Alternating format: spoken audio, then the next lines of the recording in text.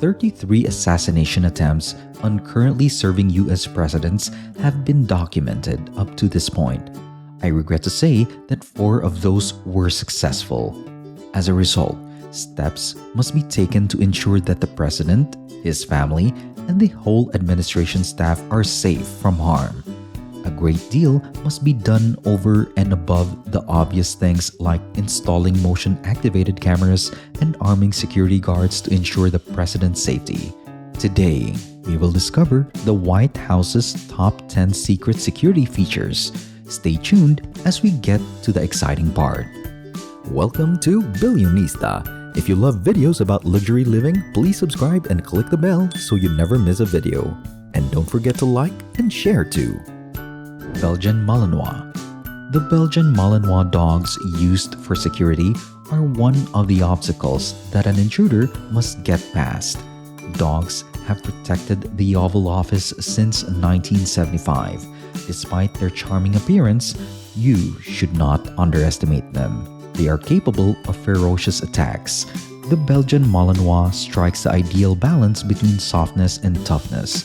They are patient and kind with children, yet merciless against intruders. To apprehend criminals, they sprint like the wind, have a 270-degree field of view, and can travel fast, 30 miles per hour. Therefore, many of these dogs find employment in the armed forces. One was even a member of the team that supposedly succeeded in killing Osama bin Laden. The Canine trainees were put to the test in the year 2014. Both Hurricane and Jordan, 2 guard dogs, reacted quickly to the invader, Dominic Adesanya, and brought him down before he could escape. How can a dog qualify for duty as a top Secret Service dog? One can cost between $6,500 and $8,500. A Secret Service dog's training takes 20 weeks before it can be on duty. After that, they can only stay active in the workforce until their 10th year. Missile launchers. On February 17, 1974, Robert K. Preston, a private in the United States Army, hijacked a Huey chopper from Tipton Field in Maryland and crashed it on the south lawn of the White House. 2 decades later, in 1994, a small plane flew around the Washington Monument before crashing into the White House lawn. These 2 incidents were serious security lapses that led to a no-fly zone getting proclaimed over the nation's capital. A severe warning is delivered to the pilot of any jet that deviates from the prescribed landing path at Ronald Reagan National Airport. If you don't reroute, as they say, you could die. Why? Because there are many surface-to-air missiles stationed around the Capitol, ready to target and destroy any incoming aerial threats before they can reach the White House or the head of state. According to urban legend, one of the missile launcher platforms is secreted away deep beneath the White House iconic dome. Nonetheless, there is no proof of this. The fence. While infrared cameras and service personnel working on missile launchers are likely camouflaged from plain sight, one safety measure is very plain to see: the fence. Since it was first built in 1801, under President Thomas Jefferson's watch, there has been a minor but significant alteration to the White House fence. When it was first built, it was just a wall to protect the president's animals inside the compound. The invader did not need to exert much effort to leap it. But it's a different tale these days. The fence is equipped with both sharp spikes to dissuade climbers and a pressure device that notifies White House agents if anyone applies significant force to the fence. It is more vital than it appears to be. The 11-foot-tall steel and rebar mesh is strong enough to stop speeding cars in their tracks.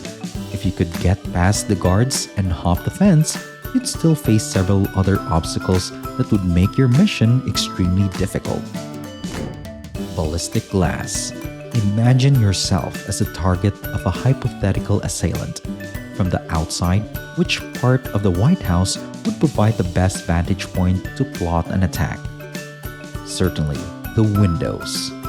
Keep in mind that there are 147 of them in this structure. You've seen in many images that the president's office has a wall of windows. However, it also enables people to spy. For this reason, the standard White House windows are reinforced with a layer of bulletproof glass, according to Jim Richards, Vice President of Complete Security Solutions. The ballistic glass is likely to be level 8 glass-covered polycarbonate. We are also aware that ballistic glass is not affordable.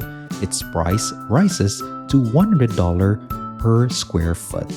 On November 11, 2011, an Idaho man named Oscar Ortega Hernandez was accused of firing 2 bullets out of a high-powered gun toward the southern side of the White House from a car more than 2,100 feet away, putting the glass to the test. While one bullet landed in the grass, the other crashed through an old pane of glass. To its credit, the ballistic glass layer did its job and stopped the bullet in its tracks. Geofencing. A few years later, in January of 2015, something similar happened again. However, there was no actual harm, and it was an accident this time. A government worker, fresh from his duty, was seen flying a drone around the massive White House grounds. The drone made it through the airspace without setting off any alarms. However, numerous alarms went off as soon as he set down the drone on the grass. White House guards promptly responded to a panic call, but it turned out to be a false alarm. This incident exposed a worrying chink in the armor of White House security. They were unable to ensure the detection of drones in flight.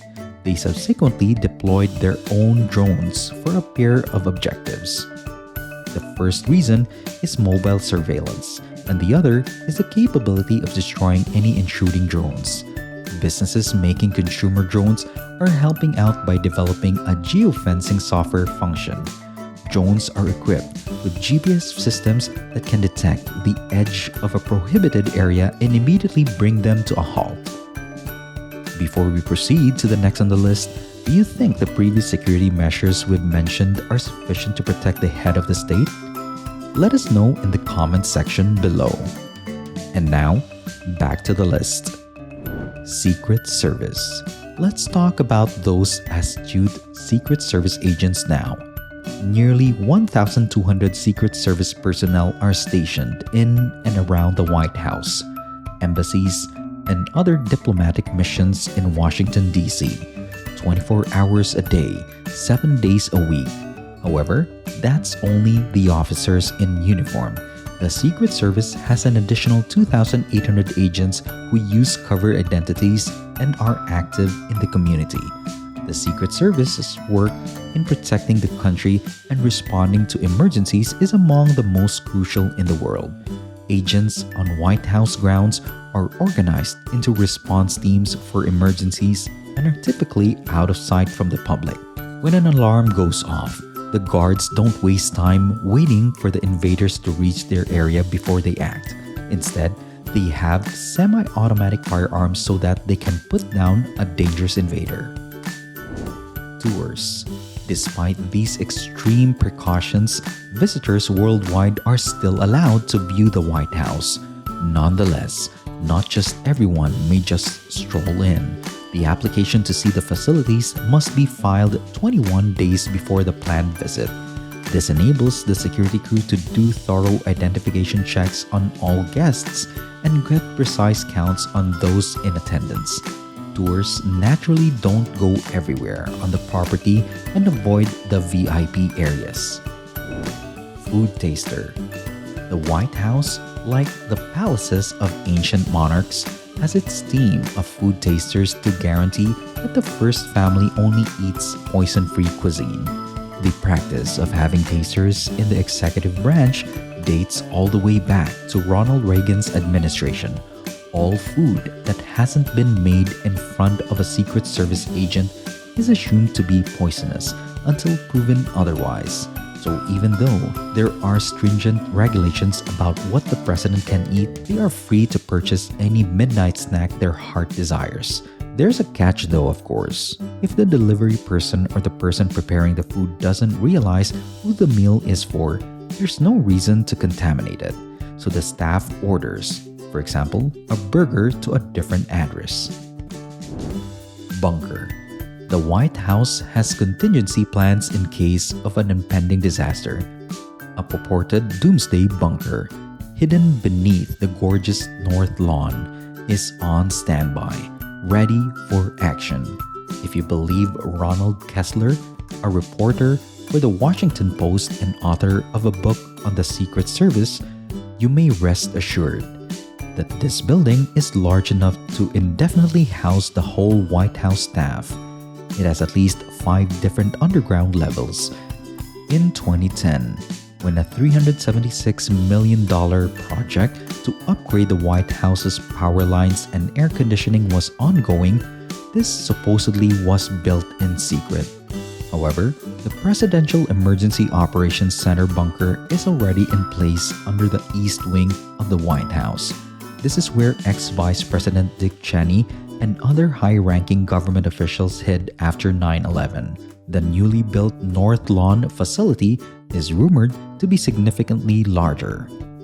So Billionistas, do you have other suggestions in addition to those mentioned security features of the White House? Let me know in the comments. That's it for this time. If you enjoyed the video, hit that like button and don't forget to subscribe. See you next time.